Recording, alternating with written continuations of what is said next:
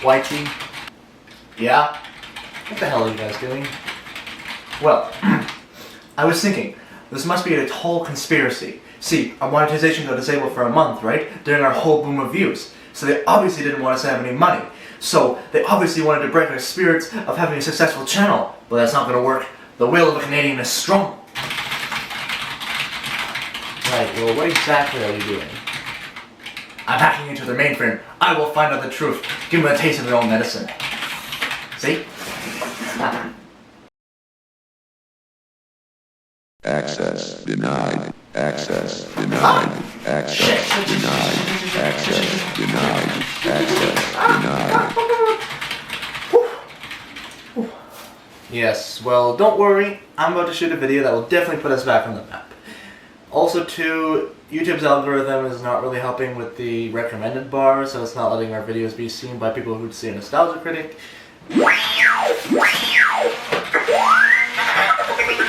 Right. Well, have fun with that. Well, let's not let that ruin the mood. Hey, ncjrrrevrequests, remember aboot it? Because I need reassurance I'm not the only one, eh?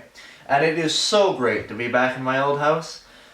And what better way to commemorate that than with a video that has been teased since the very beginning. An overview of Teen Titans, the first 6 episodes that I reviewed previously. Now, I've been putting this off for a bit, but no more. Without further ado, let's get into this. Oh, wait, for those of you who are coming straight out of the Teen Titans review, here's a little playlist to catch you up on the entire goings-on. Now, on the other hand, for those of you not coming out of the Teen Titans review or have no idea what it is, here's a quick retread. Teen Titans was a show created by Glenn Murakami in 2003 and had a 5-season run until 2006, where it was cancelled for its 6th season. It was about 5 teen superheroes, Robin, Starfire, Beast Boy, Raven, and Cyborg, joining together in a team to stop crime from all sorts of evil and from their adversary, Slade. I was in love with this show as a kid, but even more as an adult, as I can appreciate the complex themes and jokes that creators made. Now that you know what's up, you must want to know what you're getting into with this video. I want to take a look at a more in-depth of the first 6 episodes made for this show, as they highlight story elements and plot points that will carry on and be developed through the rest of the series, and also talk about some cool behind-the-scenes facts and production history tidbits. Now, without even further ado, let's get into this. We start with the first episode, Divide and Conquer. Now here's an interesting note. This is indeed the first episode made, but it was the 3rd one aired, and the 3rd episode made, Final Exam, was the 1st one aired. I don't know why they did this. Personally and logically, the best start for this show is Divide and Conquer, as it hits all the character introducing points and their team struggles. But we'll let the episode speak for itself. We start out with the prison being attacked by the villain named Cinderblock.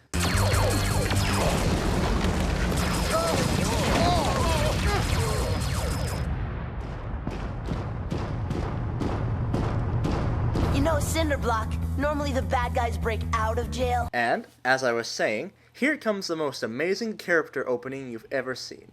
Just look at how they show their personalities and identities through their voices and animation. 1, 2, 3, 4, 5. And then the charge, which leads into one of the greatest theme songs and openings ever made. When there's trouble, you know who to call. Teen Titans! The song is catchy as fuck, and the animation is equally as memorable as it just sticks in your head, and the combination of these things makes it absolutely fantastic. And there is a reason for that. The show's creator wanted to make a theme song that you would remember for ages, and that would be catchier than all the other shows in that time. Also, cool fact about the theme song that I found out recently is that there's an homage to the 1960s Adam West Batman series. It's hard to hear when the people are singing, who, by the way, are K-pop group Puffy Yui, great band, but if you listen to the instrumental, it's very clear. Here, listen.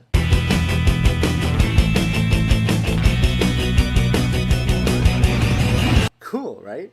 Anyway, while trying to apprehend Cinderblock, the Titans still learning to fight as a team, Robin and Starfire mess up their sonic boom maneuver, and Cinderblock gets away with the villain Plasmus.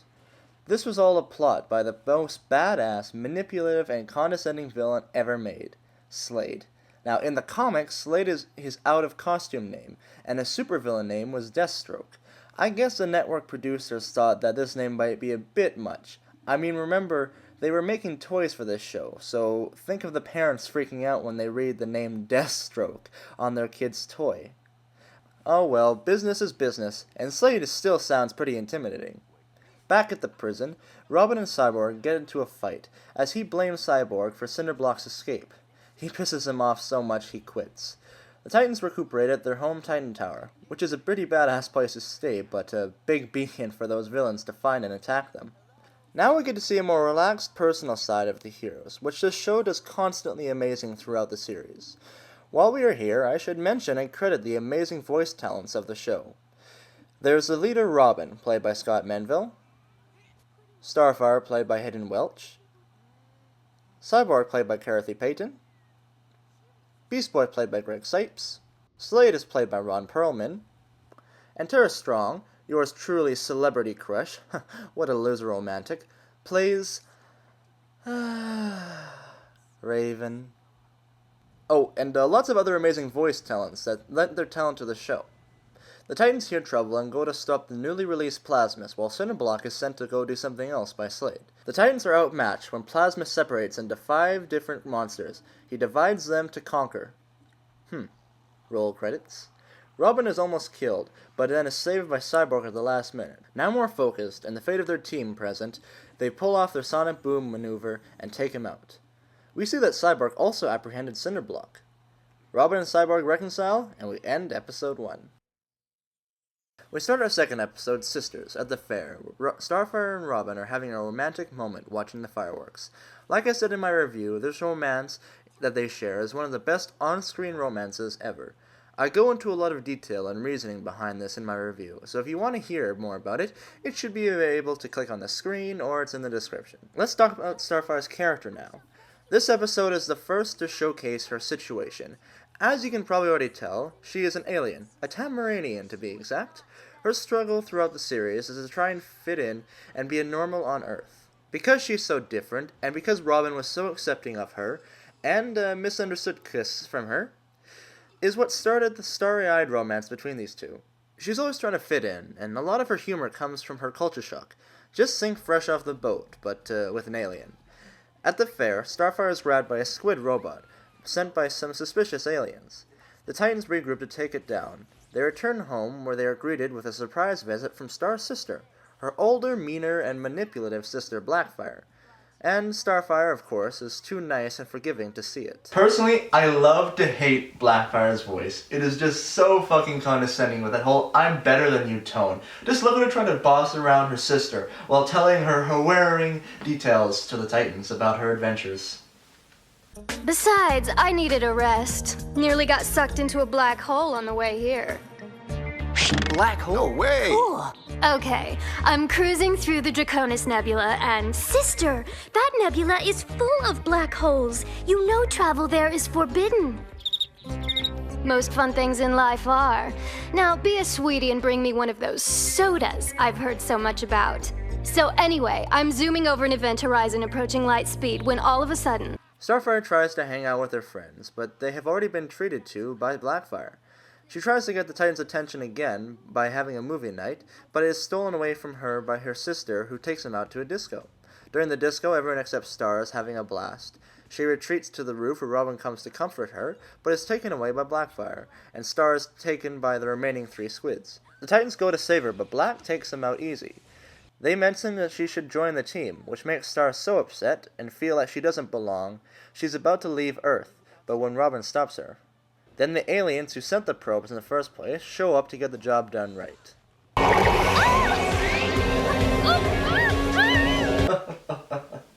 Japanese animation, always grabbing hot women with tentacles. Anyway. After saving Star, we find out that the aliens are police, and the necklace that Blackfire gave Star was stolen. She was going to let her sister take the fall. Wow, what a bitch. Starfire shows up her sister as the better one, and stalls long enough for an awesome fight for the police to capture her. We end with her and Robin on the roof, with a really sweet, romantic moment. No one could ever take your place.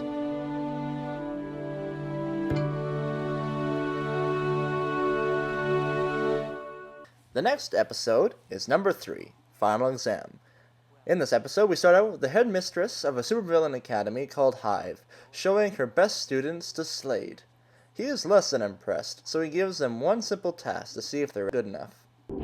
Destroy the Teen Titans. At the tower, we see the Titans doing their normal live things. Seeing that there's nothing to eat, they go out for pizza. At the pizza parlor, they are attacked by the Hive. Now, the one thing I do have to say about this episode is that it is the first episode where they had to have more than one villain in it. I mean, think about it. Divide and Conquer, the only actual villain there was Slade, the one that we actually had to hear talk and get developed and all of that. Cinderblock and Plasmus didn't say anything. Then we had Sisters with Blackfire. Was the only villain there who had to get talked to and developed and actually have voice and all that stuff. Now we have 3 villains, Gizmo, Jinx, and Mammoth. And now we have to deal with them and the Titans and everybody getting fleshed out and talked to. So because of this, the actual story of this episode and the pacing does get hurt quite a bit. Because they have to juggle along, because this is the first time they've had to do this.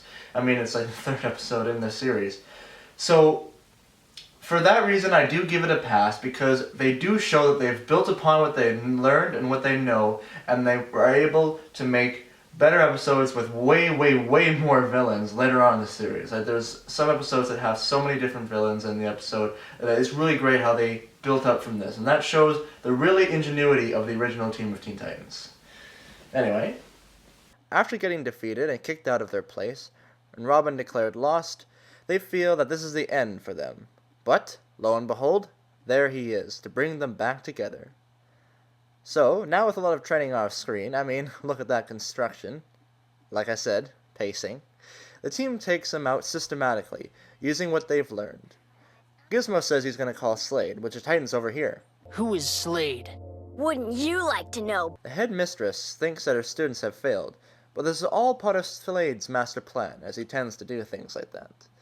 He wanted to do one simple thing. They were merely messengers, and the message has been received. Who is Slade? Who is Slade? Who is Slade? Next up is Episode 4, Forces of Nature. We start with a thunderstorm in Jump City, caused by the teenage brothers Thunder and Lightning, based on the Japanese god of thunder and lightning, Raijin, because DC just cast to make every mythological character a superhero or villain in their universe. I'm looking at you, Ares. At the same time, Beast Boy is setting up a prank for CYBORG, but it goes awry when Starfire triggers it instead of him. She doesn't take it too well. The brothers suddenly come down to Earth and start causing mischief in the city, so the Titans go to stop them. During the fight, Thunder talks with BB about what they are doing, and says that this is all for amusement and fun, but is taken aback when he is shown the scared citizens. While they're discussing this, BB is zapped by lightning, and they disappear to cause more trouble. The Titans split up, and Beast Boy and Starfire teamed up. She's still mad at him. During their search, they are attacked by the brothers again, and during the fight, BB tries to reason with Thunder. As Beast Boy is getting through to Thunder, a mysterious man appears with a beam of some sorts, and destroys a modern art exhibit, which sends a bunch of rubble on top of Starfire. The old man tells the brothers to follow if they wish to continue their fun. When they leave, BB tries to figure out Starfire, and apologizes with all of his heart. Starfire shows up behind him, and he's relieved to see that she is okay. Then she says they need to stop the evil brothers, to which he replies that he doesn't think they are evil. I think they're just like me. The brothers are led to a clearing, where they are told to attack some totems. They're not very happy, but when they do, they burst into flames. Now, here's the part I just don't get about Thunder's abilities. I mean, the entire episode, we've seen him do stuff like sonic booms and explosions and all that, but nothing fire-based. That was only his lightning. I mean, what? Now he makes fire when he attacks things? I mean, it's just so weird. Don't say it's magic, because obviously they would have shown fire stuff happening before, but it's just like booms and sonic booms. I mean, like, Thunder, man, come on. Like, what are you doing? I mean, like, you're supposed to be the god of thunder and stuff, and... Right, I mean, who am I to argue with the god of thunder? Raiden wins. The totems, when lit, create a giant fire monster, which the old man commands to burn down the city. The Titans show up to stop the monster. During the fight, Beast Boy finally gets through to Thunder that what they are doing is wrong and they need help. So Thunder takes on his brother, to which leads to one of my favorite lines in the show. Tell me, brother, are we still having fun? No. Lightning realizes his mistakes and helps Thunder to make a rain to stop the monster. Back with the old man, Robin is fighting against him, to which we find out that he is actually Slade. The Titans and the brothers bid each other farewell with some final apologies, and we end with a lovely rainbow over Jump City. Alright folks, 2 more to go. The next episode is Some of His Parts. The Titans are having a picnic at the park. During a game of Foosball, sure, CYBORG's battery dies and goes into emergency power.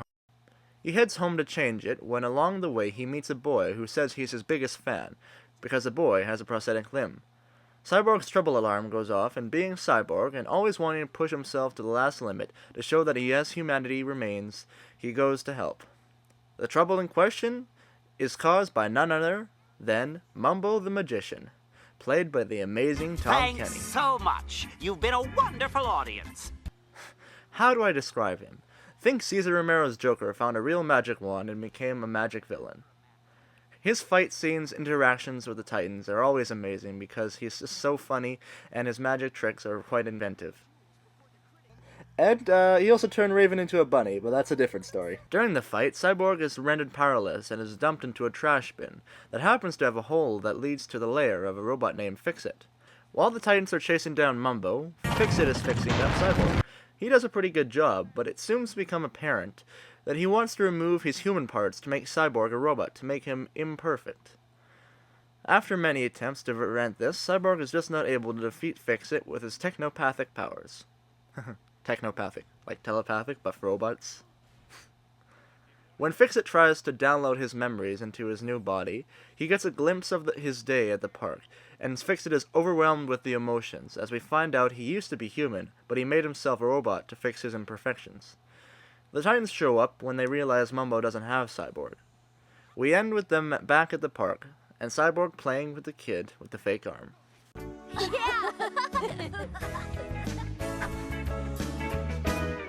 The last episode that we're going to take a look at is Nevermore, one of the more clever titles of the episodes. I can already hear you typing away. Why is it clever? Well, because I know you're only going to ask me, you're not actually going to look it up, and I know that none of you know what it is, and if you do, good for you, and if you have the balls to write in the comments, don't. I will be the smart one and say what it is. Nevermore was an Edgar Allan poem that was about a raven and the complexity of the human mind. This episode is all about Raven and the complexity of her mind. But the best thing about this episode is that it's all about Raven. I see you looking at me. Now, before you judge, think to yourself. Look deep inside. Or you don't even have to look deep inside. You have all had a crush on one animated character or another. Whether it be a past crush that is still carrying on into the future, or you're left alone in the past. Or it's a present crush that you found from a new animated character from a new movie or whatever. It doesn't matter how old you are, you'll always find animated characters attractive. And in fact, everybody watching this who is a fan of Teen Titans had a crush on Raven. It doesn't matter what, you had a crush on Raven. But it does beg the question, why? Why did we go for Raven? Why did we go and why do we still go for Raven? Well, I think I finally figured it out. We all wanted to see Robin and Starfire get together in the show, so we didn't want to get in the way of that with our attraction to her. Plus, us moody teens didn't see ourselves falling for Starfire. Raven, on the other hand, captured our attention with her dark themes, her funny nature, and her sarcastic and blunt humor towards Beast Boy and the others. She was always the funniest and smartest and coolest. Also, that fucking leotard doesn't hurt her case in the slightest. Damn. Anyway, we start off our episode with the Titans fighting Dr. Light. During the fight, I just realized, this show is amazing at using the fights to show the team's individual and collective struggles, and not just there for the entertainment value. I mean, they are really entertaining, but they also use them to bring out important things about them. During the fight, something gets released in which makes her go crazy demon girl, and attacks Dr. Light. The next day, Bibi angers her and is forced to apologize by the others. CYBORG ends up breaking down the door in an effort to get Bibi to apologize, so they enter her room. They look into a strange mirror, which ends up sucking them inside. They end up in a strange world and are soon greeted by a raven clad in pink, and unusually laughing and finding Beast Boy funny. She tells them that they need to get home through a portal. As they travel along, the pink raven disappears, and one in a gray cloak shows up, who is very timid and apologetic. She helps them lead them through a maze that has materialized in front of them. When they reach the end, she disappears and leaves them to fight against a stone monster. Suddenly, Raven in the green cloak comes out and destroys the statue. Beast Boy, by this point, has had enough, and he's quite confused. Then the real Raven, who has since noticed the intrusion into her room, clears the riddle completely. It's a portal into my mind, not a toy! My bad. At the moment, however, the inside of her mind is a very dangerous place because a dark heritage of her father, represented by the aspect of rage, has gotten loose in the previous night. The rage monster attacks them, threatening to consume Raven completely with rage. Even though she tries to get them back to Earth, since if she loses the battle, both will be trapped in her mind forever, Beast Boy and CYBORG remain by her side to take up battle against the rage. Raven decides the only way to beat the monster is to fuse with all of her emotions to draw all of her power, as the reason she is emotionless in person is because her power would be too much. She defeats the rage and puts it under her control. The three, mostly Beast Boy and her, are now closer as friends. Starfire wishes for a breakfast celebration feast, in which Raven genuine and sweetly accepts Beast Boy's offer to cook for them. And here comes the end of their first 6 episodes of Teen Titans. And that, ladies and gents, is an overview of the first 6 episodes of Teen Titans. The show is still amazing. There is no other way to say it, but this show is absolutely amazing. We still love it for the characters that we grew up with. We still love it for the amazing complex stories that they were able to make with such a simple premise. And we love the history of the behind the scenes that really gives us an in-look onto what they were thinking back on the set. Can you also see why the first 6 episodes are so important? Divide and Conquer was all about Robin learning to become a better leader and the importance of responsibility. And all that comes with it. Sisters is all about the understanding of Starfire and how it feels to be different from everyone, and longing to fit in, and also showing the amazing chemistry and friendship between her and Robin. Final Exam is about the team learning to work together and how to come back from a defeat and the lessons of being humble. Forces of Nature is to show that Beast Boy has a serious and leadership side to him, and to show that not all bad-seeming people are indeed bad. Some of his parts is about the understanding of CYBORG's struggle to fit in and be proud of both his biological side and his robotic side, and how it is great to be a flawed human and not an imperfect machine. And finally Nevermore is where we get to see what Raven is all about, and we get to understand more about why she is the way she is. Like I said on a multiple of occasions, this is a brilliant show, and it was taken away from us too soon. Teen Titans was an amazing series, and it has to come back for a 6th season so we can get some closure to finish off, because there was not that much left to tell, but there were some important bits that did need telling to give us full closure. But that is all just wishful thinking. Right now, we can just appreciate what we have, and just imagine what it could have been. And I hope you enjoyed this overview of Teen Titans. Well, I hope that you guys are all excited as much as I am, because coming next week is finally our first movie review. It's been such a long time, but I wanted to put lots of effort into it, and I wanted to get money for this bitch. It's a lot of work. So, I'm so excited to... Fluffy unicorns dancing on... Yes? Hey Junior, I'm in a bit of trouble. It seems that they found out I was getting too close to the conspiracy, so the YouTube Secret Service kidnapped me and CRS. Wait. What? YouTube Secret Service? Yeah, they got me and CRS in this truck, but they're too busy giving out channel strikes to see me on my phone. Man, I don't believe you. Well here, look, here's a picture. Well, what could a Secret Service look like? I mean, why would YouTube... Shit. Yeah. Well, great job, dumbass. We just got the house back, and now you're sending the Secret Service and YouTube Nazis here? No, don't worry. After our talk, I went to Tim Hortons to continue my work. So they don't know where we are. Alright, that's good. Wait a minute, now do I have to come and rescue you?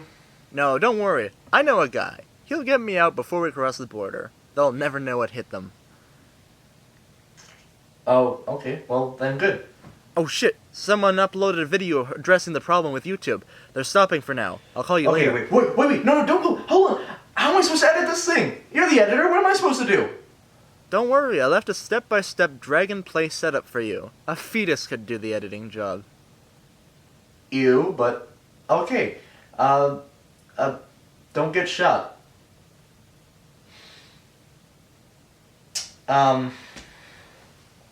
Well, this is an interesting turn of events. I guess we have to wait until YT gets, saved. Yeah, so...